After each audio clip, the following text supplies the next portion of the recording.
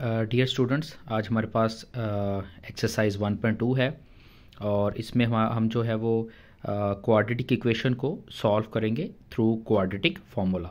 सो first question है हमारे पास 2 minus x square is equal to 7x। So हमें ऑलरेडी पता है कि जब भी हम क्वाड्रेटिक इक्वेशन को सॉल्व करते हैं तो उसे हमें अरेंज करना पड़ता है। सो इसमें देखें जो है वो इसको पहले अरेंज करेंगे और अरेंज करने के बाद हमारे पास क्वाड्रेटिक इक्वेशन जो है आ जाएगी x square plus 7x minus 2 is equal to 0। So हमें जो है इसको जनरल जो इक्वेशन है हमारी वो है a x square plus b x plus c is equal to 0। Arrange करने के बाद हमें जनरल इक्वेशन के साथ इसको कंपेयर करना है और अगर आप गौर करें तो देखिए हमारे पास ए का आंसर है 1, b is equal to 7 and c is equal to -2।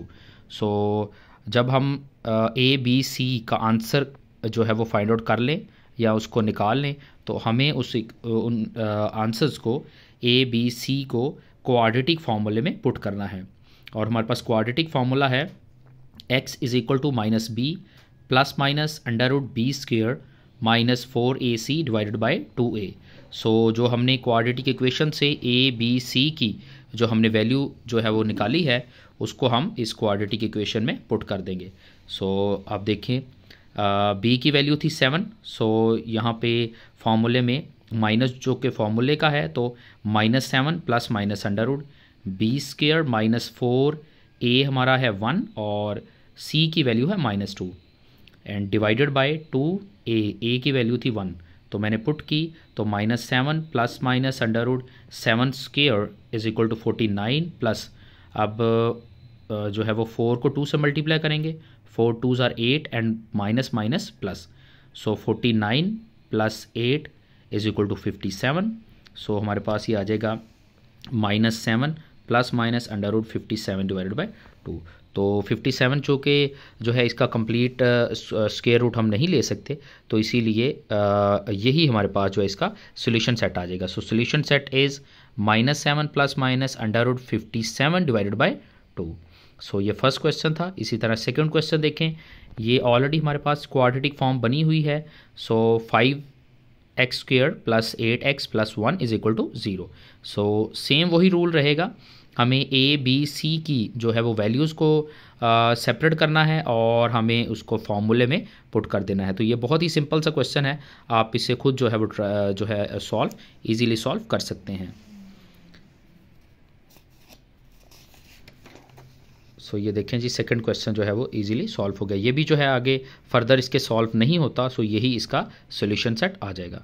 उसके बाद थर्ड क्वेश्चन देखें जी, under root 3x square plus x is equal to 4 under root 3। So इसको भी अरेंज करने के बाद हमें ए बी सी की जो है वो वैल्यू लिखी और आफ्टर दैट हमारे पास जो फार्मूला है क्वाड्रेटिक फार्मूला उसमें हमने ए बी सी की वैल्यूज़ को पुट कर दिया।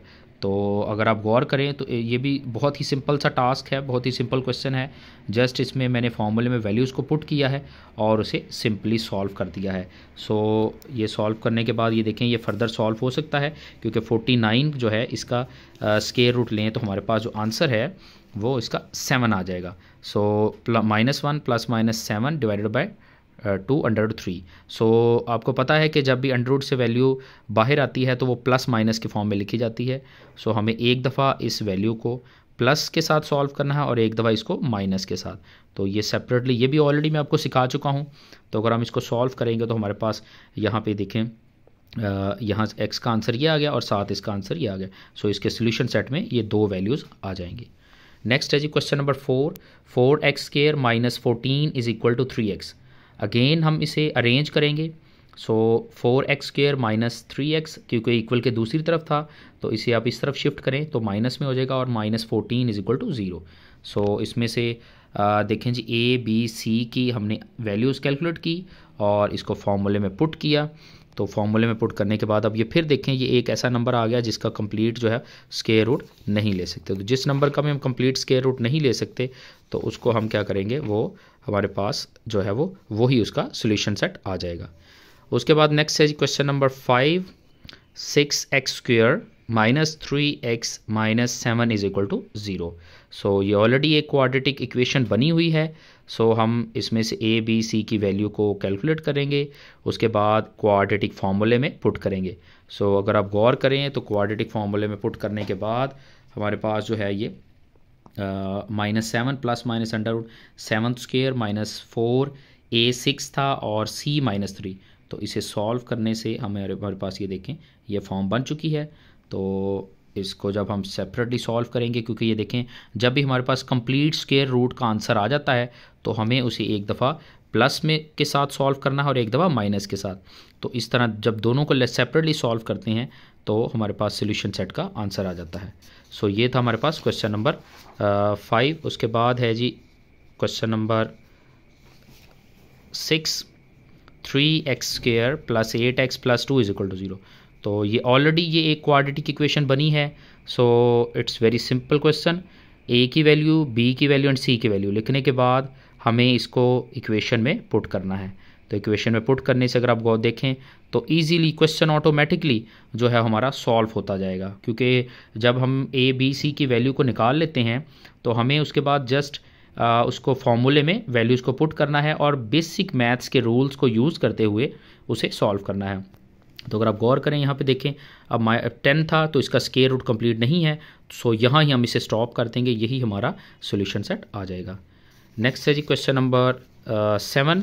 ये थोड़ा सा डिफ़िकल्ट है। डिफ़िकल्ट इसलिए कि हमें इससे पहले एक स्टैंडर्ड फॉर्म या क्वाड्रेटिक इक्वेशन बनाना है। सो 3 / x - 6 - 4 / x - 5 = 1। सो हम ऑलरेडी इसको 1.1 एक्सरसाइज में हमने सॉल्व किया हुआ इस तरह के क्वेश्चंस को। हमें इसका क्या करना है, एलसीएम लेना है। सो एलसीएम लेके हम इसको अगर गौर करें तो देखें इन दोनों का मैंने एलसीएम लिया। एलसीएम लेने के बाद इसको सॉल्व किया। तो बेसिक रूल्स यूज़ करते रहें और एंड पे ये देखें ये हमारे पास क्वाड्रेटिक इक्वेशन आ जाएगी, x² - 10x + 21 = 0। So I think कि ये आप इजीली इसको सॉल्व कर पाएंगे। अब जब आपके पास क्वाड्रेटिक इक्वेशन बन जाए तो फिर तो बहुत इजी क्वेश्चन हो जाता है, क्योंकि आपने ए बी और सी की वैल्यू को सेपरेट करके उसको फार्मूले में पुट करना है। तो ये देखें जी मैंने फार्मूले में पुट किया और जैसे ही इसको सॉल्व करता गया हूँ, यहाँ पे देखें यहाँ पे हमारे पास कंप्लीट स्क्वायर रूट का आंसर आ चुका है।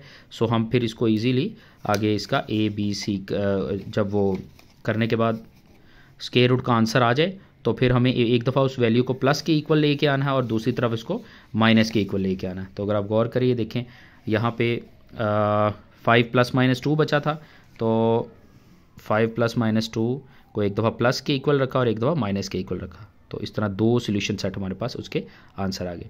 ओके जी, नेक्स्ट हमारे पास क्वेश्चन नंबर 8 है। वो भी सेम प्रीवियस क्वेश्चन की तरह ही है। इसको भी हमें जो है वो एलसीएम के थ्रू सॉल्व करना पड़ेगा, बट इसमें एक नई चीज़ आई है, मिक्स्ड फ्रैक्शन। तो मिक्स्ड फ्रैक्शन को कैसे सॉल्व करते हैं, आपको इस नंबर को इससे मल्टीप्लाई करना है और इसमें ऐड करना है। 3 2s are 6 and 1 7, यानी इन दोनों नंबर्स को आप क्या करेंगे, मल्टीप्लाई करेंगे और ऊपर वाले जो नंबर है उसमें ऐड कर देंगे। सो 3 2s are 6 और 1 7 और नीचे वाला नंबर एज इट इज़ रहेगा। तो इसको भी देखें, आपने इसको एलसीएम सॉल्व किया, इन दोनों को मल्टीप्लाई किया, माइनस फिर इन दोनों को मल्टीप्लाई किया। तो जैसे ही आप इसको सॉल्व करते जाएंगे तो आपके पास ये एक सिंपल इक्वेशन बन जाएगी। एंड पे जब आप इसे कंप्लीट कर लेंगे, आपके पास फर्दर सॉल्व नहीं होगा तो फिर हम इसको क्रॉस मल्टीप्लाई कर देंगे। 3 को इस तरफ मल्टीप्लाई करेंगे और 7 को इस नीचे वाली से वैल्यू से मल्टीप्लाई करेंगे। इन दोनों को सॉल्व करने के बाद आप देखें ये हमारे पास क्वाड्रेटिक इक्वेशन बन चुकी है। सो इसमें से ए का, बी का और सी का आंसर हमने कैलकुलेट किया और ये करने के बाद हमने इसको जो है फॉर्मूले में इसको पुट कर देंगे। तो ये देखें, ये क्योंकि ऑलरेडी हम काफ़ी क्वेश्चन कर चुके हैं तो इसमें देखें फॉर्मूले में वैल्यूज़ को पुट करने के बाद आपने सिंपली उसको सॉल्व करना है और हमारे पास जो है सोल्यूशन सेट का आंसर आ जाएगा।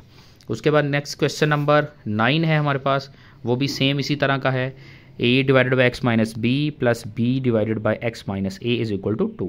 सो इसको भी हम देखें, ये एलसीएम के ज़रिए हमने सॉल्व किया है। एलसीएम लिया, इसको इन दोनों को मल्टीप्लाई करेंगे, फिर इन दो ऊपर वाली वैल्यूज़ को मल्टीप्लाई किया। तो यहाँ से देखें ये फर्दर सॉल्व नहीं हो सकती, तो ये इधर डिवाइड हो रही है, इक्वल के दूसरी तरफ जाके मल्टीप्लाई हो जाएगी। सो इसको 2 से मल्टीप्लाई करने के बाद ये आ जाएगा। अब ये सारी की सारी वैल्यूज़ आप इक्वल के दूसरी तरफ शिफ्ट कर दें। तो जब हमने दूसरी तरफ शिफ्ट की तो ये हमारे पास एक लॉन्ग इक्वेशन बन चुकी है। तो 2x² एज इट इज़ आ जाएगा क्योंकि और वैल्यू कोई नहीं है। फिर उसके बाद देखें ये 2ab सॉरी 2ax है, तो ax की वैल्यू ये पड़ी है हमारे पास, तो ये माइनस माइनस प्लस हो जाएगा। सो ये आ जाएगा जी हमारे पास 2 और 1 3 3ax। उसके बाद 2bx की वैल्यू ये है और एक 2bx जो है bx ये है। सो माइनस माइनस प्लस, तो माइनस 3bx आ जाएगा।